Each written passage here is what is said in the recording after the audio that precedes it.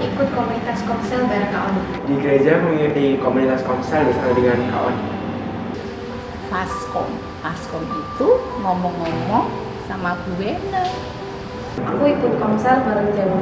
Kalau saya ikut komunitas murid. Komsel Cewena. Pembina remaja.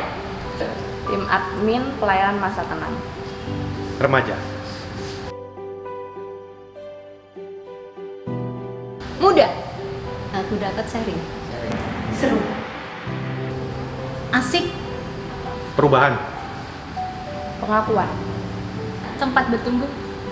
Powerful dan amazing. Membangun iman.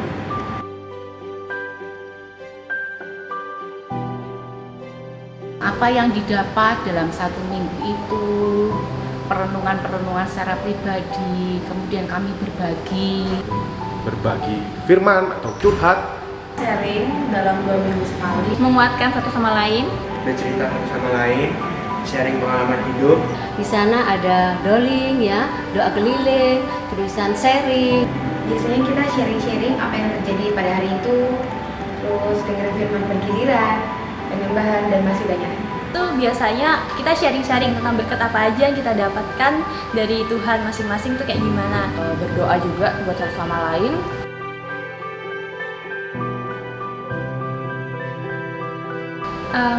Karena saya merasa lebih terbangun, itu menuju ke hal yang positif. Jadi saya merasa saya bertumbuh di dalam komunitas pembina remaja.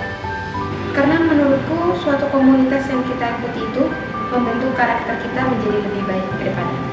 Karena di dalam komunitas murid ini, apa yang dulu saya lakukan, menurut saya itu berkenan di hadapan Tuhan. Ternyata itu cuma pemikiran saya, tetapi setelah saya mengikuti pemuritan ini, saya dapat memperbaiki diri saya. Ya karena fungsi utama komunitas itu adalah untuk saling menguatkan satu sama lain, sehingga itulah alasan yang paling utama bagi saya mengapa komunitas itu penting. Karena dari komunitas tersebut kita bisa kayak berbagi pengalaman, terus kita juga bisa kayak minta pendapat, dan kita bisa bertanya-tanya siapa sih Yesus itu. Menurut saya penting ikut komunitas karena saya sendiri mendapatkan banyak hal di remaja itu, seperti berbagi cerita dengan pembina, kemudian bagaimana saya menyesuaikan diri khususnya dengan anak remaja, satu frekuensi. Itu yang merupakan suatu keunikan tersendiri di remaja. Kadang kan aku ngerasa di situ Tuhan ngasih penghiburannya, ngasih kekuatannya, ngasih aku banyak pelajaran lewat orang-orang yang ada di komunitas itu. Aku bisa lebih terbuka juga, dan aku bisa lebih paham ternyata Tuhan itu punya berkat yang beda-beda buat tiap orang. Jadi aku bisa lebih menerima diriku sendiri dengan berkat yang Tuhan sudah kasih buat aku.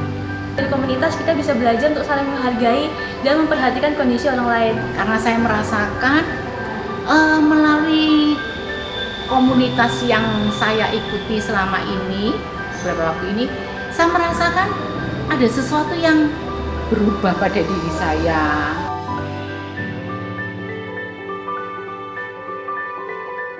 Setelah saya ikut komunitas, saya bisa memberanikan diri untuk bercerita kepada orang lain tentang Yesus. Terus saya juga bisa lebih membangun iman saya untuk percaya sama si Yesus itu.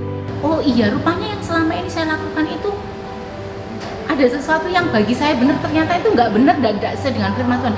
Dan saya semakin merasakan, saya sering ngomong juga di komunitas itu, saya ini merasa, saya kok iso gini ya, saya kok bisa berubah begini ya.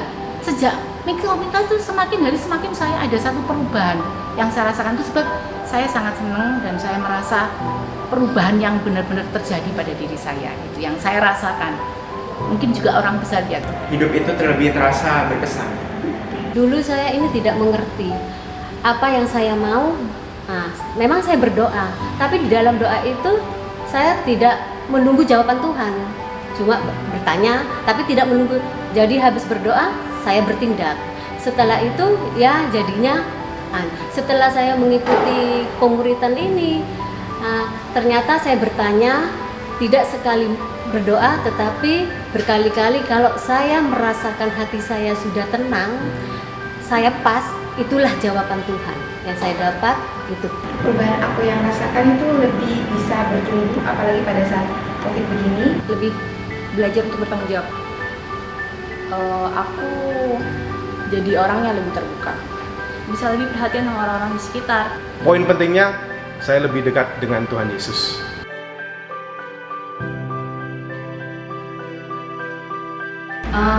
Jangan malu untuk ikut komunitas, karena dari komunitas tersebut kita bisa belajar untuk berani, Saling menguatkan satu sama lain. Bisa menjadi berkat buat orang lain. Lebih kenal Tuhan dengan lebih baik. Banyak hal, banyak berkat dari komunitas itu. Karena itu berilah komunitasmu agar bisa bertumbuh menjadi pribadi yang lebih baik. Mari kita semua jemaat GPDI, Remaja, pemuda, pria, wanita, tua, muda, Ayo bertumbuh bersama.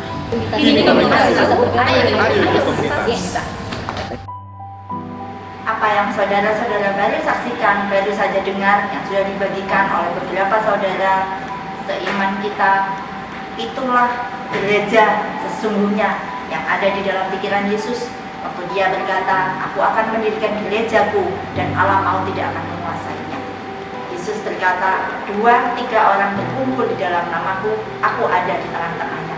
Dan di dalam Yesus ada seluruh kuasa untuk mengubahkan sesuatu, untuk mengubahkan pola-pola pikir, mengubahkan kebiasaan-kebiasaan, membantu orang-orang terlepas dari kutuk, dari belenggu, untuk mengalami kebebasan di dalam Tuhan, semakin meninggalkan dan semakin bebas dari dunia ini, dan semakin diubahkan menjadi manusia ilahi, semakin dilepaskan dari pola pikir lama untuk mendapatkan atau mengadopsi atau memiliki pola pikir Kristus yang memandang segala sesuatu dari perspektif, dari sisi pandang kekekalan.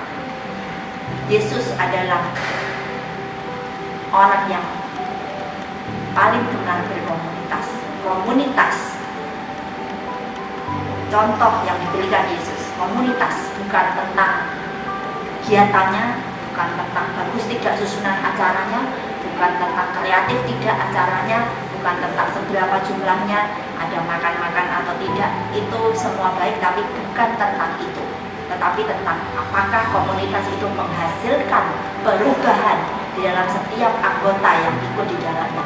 Komunitas yang ilahi adalah satu sama lain dilengkapi dan semakin bertumbuh dalam kuasa untuk saling mempengaruhi satu sama lain ke arah keserupaan dengan Yesus Kristus.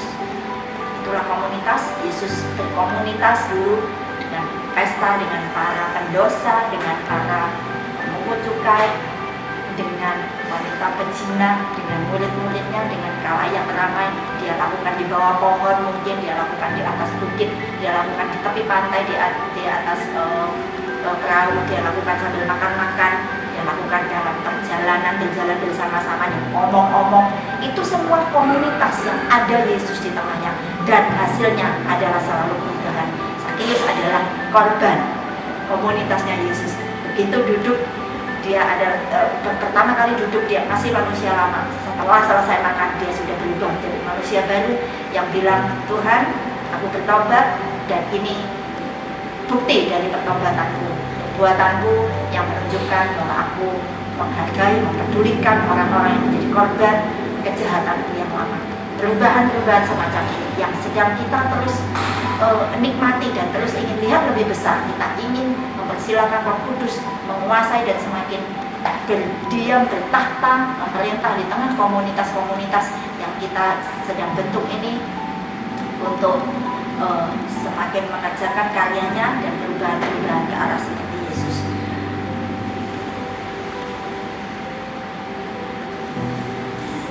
Yohanes 1 ayat 3.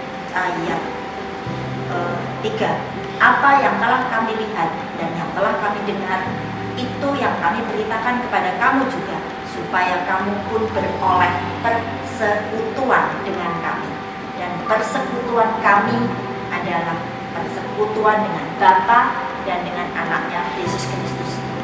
Ini yang ngomong adalah Yohanes, tetapi ide awalnya sekali bukan dari Yohanes, tetapi dari Bapa di surga yang turun diwujudkan atau dinyatakan oleh anaknya Yesus Kristus. Ini ide awalnya datang dari hati Allah sendiri yang selalu ingin berkomunitas, bersekutu, persekutuan yang menghasilkan perubahan-perubahan, yang menghasilkan buah-buah dalam karakter, pola-pola hubungan kita dan seterusnya, buah-buah yang baik yang menghasilkan perubahan yang semakin besar dan semakin ke arah kota ini. Itu ada awalnya dimulai dari hati Bapa di dalam Yesus dan ditularkan kepada murid-muridnya dan dibawa dari generasi ke generasi, abad ke abad, zaman ke zaman sampai sekarang. Mari kita berkomunitas, kita saling melatih kuasa kita untuk saling mempengaruhi dan saling mendorong melayani satu sama lain untuk semakin menjadi seperti Yesus. Gereja kita akan memulai gerakan berkomunitas dan kita akan bentuknya akan lebih berupa komsel, lebih disederhanakan dulu, dipermudah dulu berbentuk komsel, dan kita akan mau memasuki minggu-minggu yang bergairah di depan, mana kita terus melihat bagaimana komsel-komsel ini akan bentuk di dalam pimpinan Tuhan menjadi gereja yang sesungguhnya 2-3 orang yang mempunyai kuasa besar untuk saling mengubahkan, diubah terlebih dulu di dalam dirinya, dan kuasa yang mengubah dirinya dibagikan kepada orang lain dan dibagikan lagi kepada lingkup yang lebih besar sampai seluruh kota ini menjadi bagian dari kerajaan Allah. Sekian, mari berkomunitas. Selamat